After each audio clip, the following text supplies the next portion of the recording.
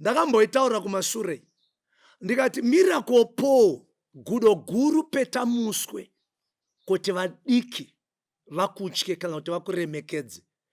There was no need yekukwekweredzana nazigo kuenda kumatare edzimhosva ndobva wakwekweredzana nazigo kuenda kumatare edzimhosva ndobva wati uri kuda 100,000 kubva kuna zigo.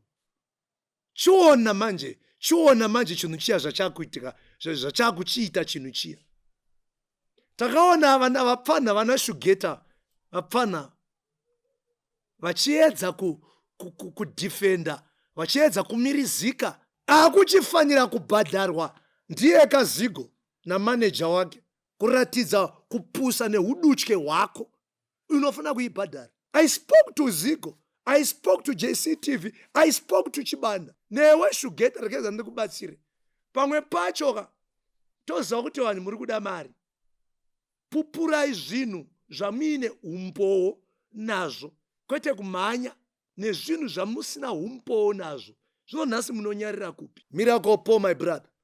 Ufeki hwacho unoona pauri kutangira. Ufeki hwacho uri kutangira pakuchinja zita. Pakutongochinja zita tisati tatombotanzwa dzimwe nyaya kungochinja zita. Be proud of your name. Be proud of your origins. Hallelujah, hama dzinodikana. It is a good thing to see you all. Zvazvinoita manje chokwadi hachibve pauchokwadi hwacho. Nekuti zvimwe zvichida chataurwa nemunhu wausingafarire. Chinongoramba chiri chokwadi. Zvino, what shall we say, brethren? Ndo zvinotaura Pauro.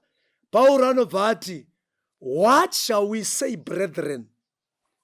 But ndisandataura nyaya ndautaura dauti ndivhure Matthew chapter 24. Chaverenga verse 4. Ndozoverenga yangatimboti verse 4. Jesu akapindura kwavari akati, chenjerai kuti murege kutsauswa nomunhu. Verse 8 yobva yati. Alright, ngatisiye verse 8. Ndotiende paverse 10. Vazhinji vachagumburwa vachaisana kuvatongi nokuvengana. Vachaisana kuvatongi nokuvengana. Vaprofita vazhinji venhema vachamuka vachitsausa vanhu. Rudo rwavazhinji ruchatonhora nokuti kusarurama kuchawanda. Muchenjere kutsauswa nomunhu.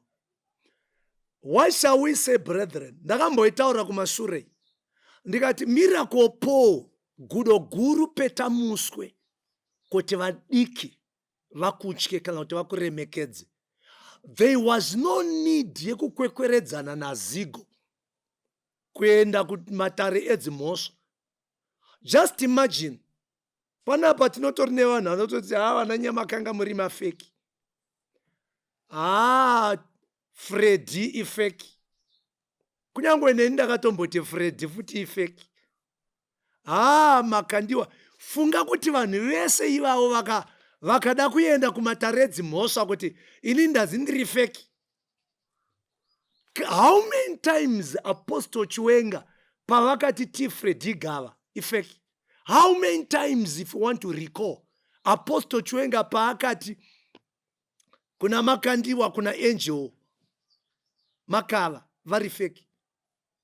Dai vakada vanhu ivavo kuenda kumatare edzimhosva, nyika ingadei iri papi? But iwe wakangotadza kunzwisisa Kristu waunoparidza every day. Wauri kunganzira vanhu kuchechi Kristu, wakatadza kumuratidza kuvanhu.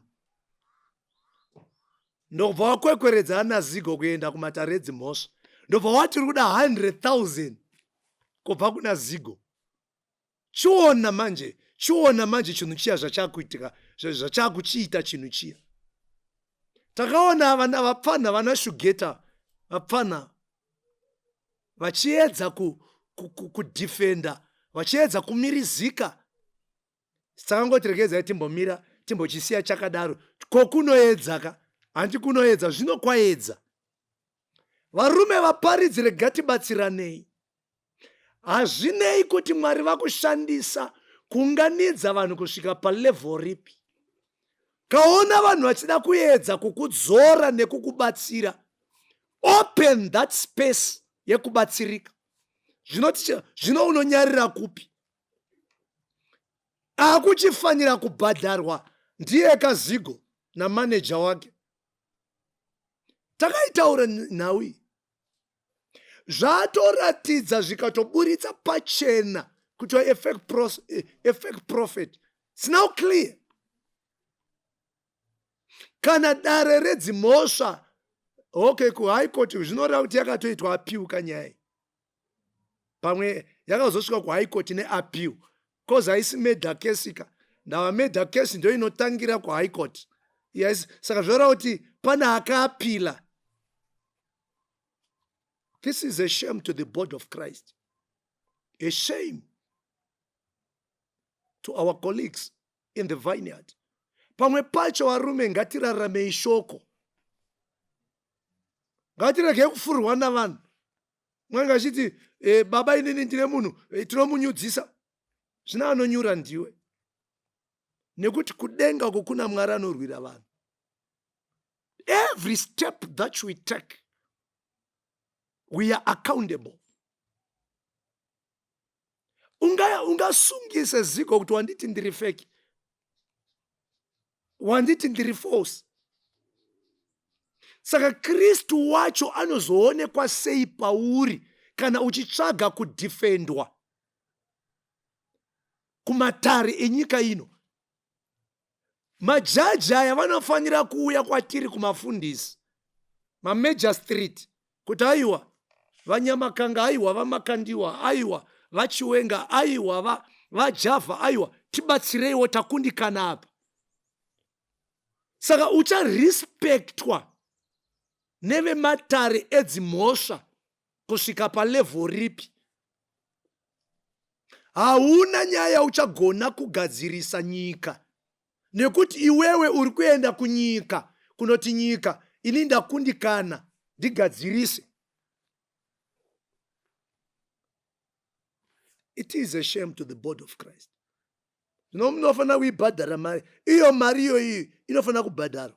Iyoyi mari iyoyi yawaida iwewe mfundisi kuratidza kupusa nehudutye hwako, unofana kuibhadhara. Zvimwe zvezvinhu vanhu vaMwarika ngatizvidzorei. Isusu tikada kuzitanga kutaura nyaya dzako iwo Miracle Po. I'm talking to you right now. I have issues. Zvokuti dai ndaida kushandisa hatred nejealous, I could have broadcast ndichidaidza vanhu kuti ndinadzo nyaya, but hatina kudanirwa izvozvo. But tinadzo nyaya dzekuAustralia komudzimai this nurse lady. I spoke to Zigo. I spoke to JCTV. I spoke to Chibanda. I could have just broadcast it on my own platform. But no, that's why ndakazoisa message here.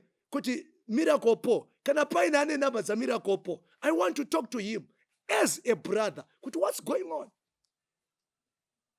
Whenever pakabuda nyaya, approacha munhu, musamanye kuenda kumedia, musamanye kuenda kudare redzimhosva.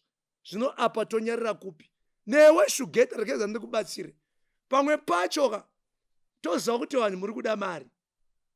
Pupurai zvinhu zvamuine umbowo nazvo, kwete kumhanya nezvinhu zvamusina umbowo nazvo. Zvino nhasi munonyarira kupi?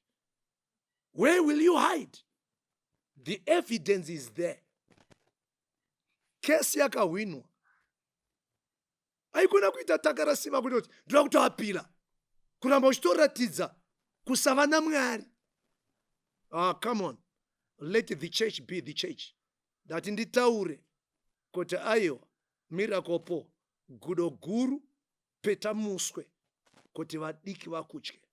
Whenever we people we have a case against another brethren, let us try to reach that brethren and settle whatever needs to be settled amicably.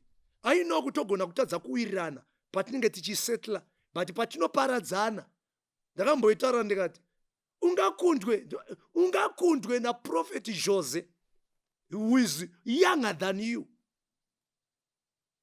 I know, let me tell you, kuita mfundisi, kuita mporofita, you are sitting on top of the mountain. But vanhu vaunotungamira vanoda kuona chibereko chekuzvininipisa. You come down from your level. Ndakamboitaura, Kristu he was God. Akatobva kudenga kuzotifira zvivi zvedu. Haana kutora umwari sechinhu chinobatika, but akazvininipisa kusvika parufu rwemuchinjikwa. Isusu vashumiri, we must die to ourselves. We must die to ourselves. Paya patinenge handizini ndinorarama, ndi Jesu anorarama. Zviri kureve kuti kudii? We have to die to ourselves, and Christ liveth in us. Miracle Paul, my brother. Ufeki wacho unaona pauri kutangira. Ufeki wacho uri kutangira pakuchinja zita. Pakutongochinja zita, tisati tatombotanzwa dzimwe nyaya kungochinja zita. Be proud of your name. Be proud of your origins. God bless you.